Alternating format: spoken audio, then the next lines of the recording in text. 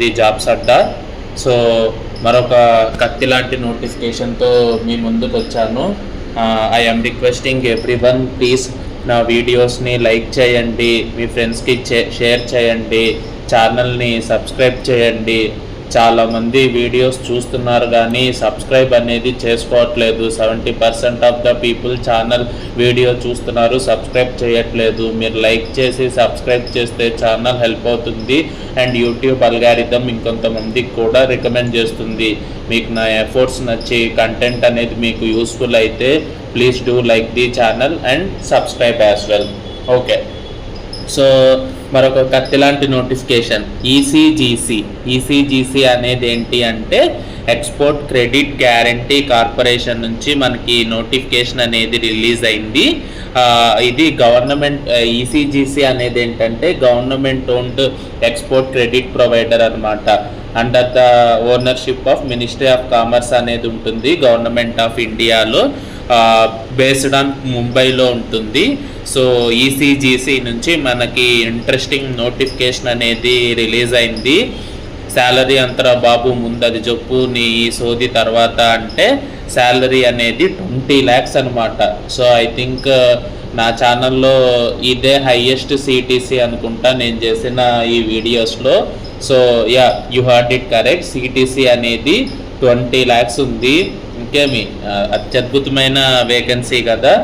So చూద్దాం వీళ్ళు ఎవరిని హైర్ చేస్తున్నారు, వీళ్ళ స్టోరీ అనేది ఏంటో చూద్దాం. దానికన్నా ముందు కొన్ని ఇంపార్టెంట్ డీటెయిల్స్ అనేవి ఉన్నాయి, కవర్ చేసేస్తాను. చలో చక్కచక్క కవర్ చేసేద్దాం.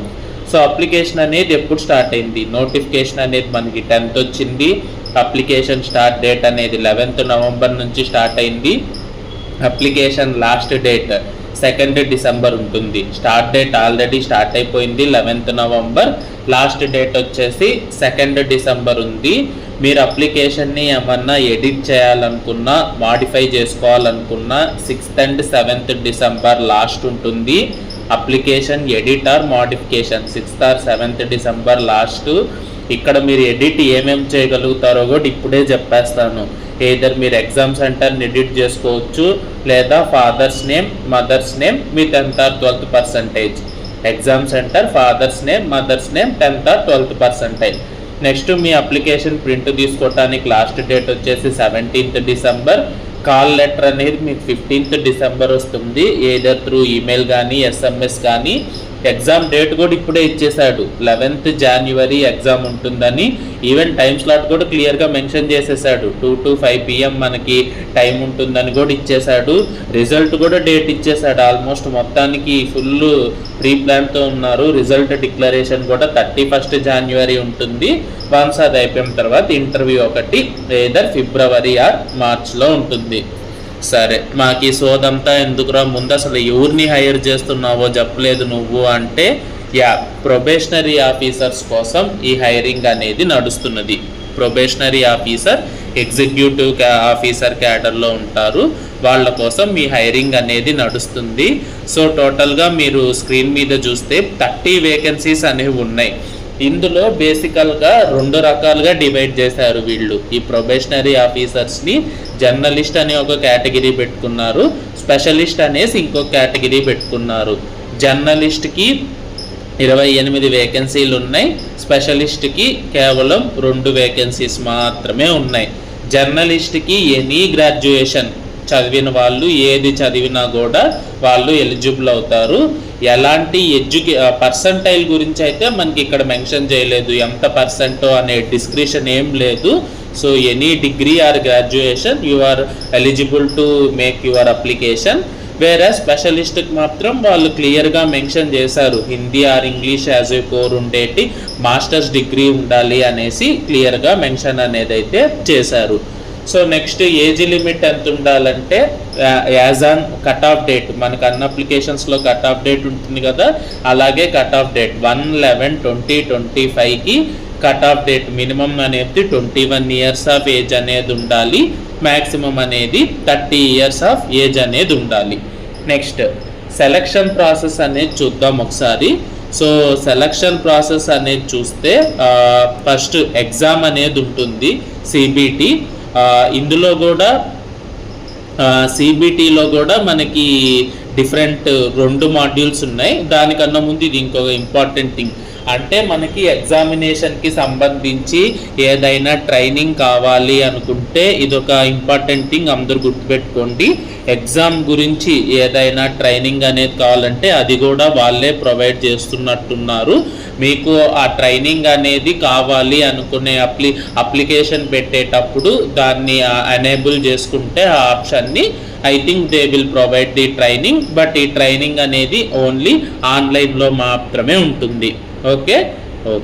నెక్స్ట్ రిక్రూట్మెంట్ ప్రాసెస్ ఇందాక చెప్పినట్టు ఇక్కడ 2 స్టేజెస్ ఉన్నాయన్నమాట. ఒకటి ఏంటంటే ఫస్ట్ సిబిటి అనేది జరుగుతుంది. సిబిటి అంటే కంప్యూటర్ బేస్డ్ టెస్ట్ అనేది జరుగుతుంది, followed by the descriptive paper test అనేది జరుగుతుంది.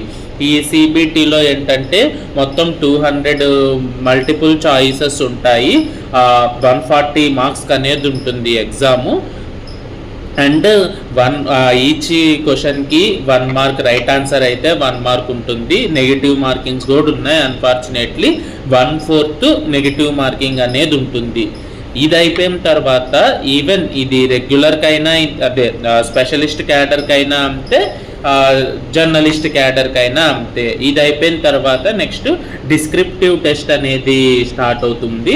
డిస్క్రిప్టివ్ టెస్ట్కి 40 మినిట్స్ ఉంటుంది, అది 40 మార్క్స్ ఉంటుంది. టైం అలాటెడ్ కూడా 40 మినిట్స్ మాత్రమే ఉంటుంది. నెక్స్ట్ ఏంటంటే కొన్ని ఇంపార్టెంట్ ఇవి ఉన్నాయి. సో మనం చెప్పుకున్నట్టు రాంగ్ ఆన్సర్కి 0.25 1/4 ఉంటుంది, రైట్ ఆన్సర్కి 1 మార్క్. నెక్స్ట్ ఎగ్జామినేషన్ సెంటర్స్ ఎక్కడ అంటే మనకి కన్వీనియంట్ అయితే హైదరాబాదే ఉంది. ఏపీకి వైజాగ్ అండ్ హైదరాబాద్ ఉన్నాయి కన్వీనియంట్, లేదంటే చెన్నై అనేది ఉంది. సో అది ఎగ్జామినేషన్ సెంటర్కి సంబంధించింది. ఇంకొక ఇంపార్టెంట్ థింగ్ ఏంటంటే అడ్మిట్ కార్డ్ అనమాట. అడ్మిట్ కార్డ్ అనేది మీకు ఇంటర్వ్యూకి అండ్ యాజ్ వెల్ యాజ్ ఎగ్జామినేషన్కి రెండింటికి సపరేట్గా అడ్మిట్ కార్డ్ అనేది రిలీజ్ అవుతుంది. ఎగ్జామినేషన్కి అయితే 10 to 15 days ప్రియర్ ఎగ్జామినేషన్కి ముందుగా మీకు అడ్మిట్ కార్డ్ అనేది రిలీజ్ అవుతుంది. ఒకవేళ మీరు ఎగ్జామినేషన్ అంతా త్రూ అయిపోతే ఇంటర్వ్యూ కూడా ఉంటుంది. ఈ ఇంటర్వ్యూ అనేది ఎయిదర్ ఢిల్లీ కానీ లేదంటే ముంబైలో కానీ మనకి మీకు ఎవరైతే అప్లై చేసుకుంటారో మళ్ళీ కాల్ లెటర్ వస్తుంది, దాంట్లో క్లియర్గా మెన్షన్ చేస్తారనమాట. సో వెయిటేజ్ అనేది ఇంటర్వ్యూ అలాటెడ్ మార్క్స్ ఇక్కడ మెన్షన్ చేసినట్టు ఇంటర్వ్యూకి 60% ఆఫ్ ద మార్క్స్ అనేది కన్సిడర్ చేస్తారు. సో ఇవి at the time of interview, ఈ డాక్యుమెంట్స్ అన్నీ at the time of interview ఉండేటప్పటికి ఇవన్నీ ఉండాలి. సో నేను అన్నీ ఎక్స్ప్లెయిన్ చేయట్లేదు, నార్మల్ డీటెయిల్సే ఉంటాయి, ఒకసారి చెక్ చేసుకోండి.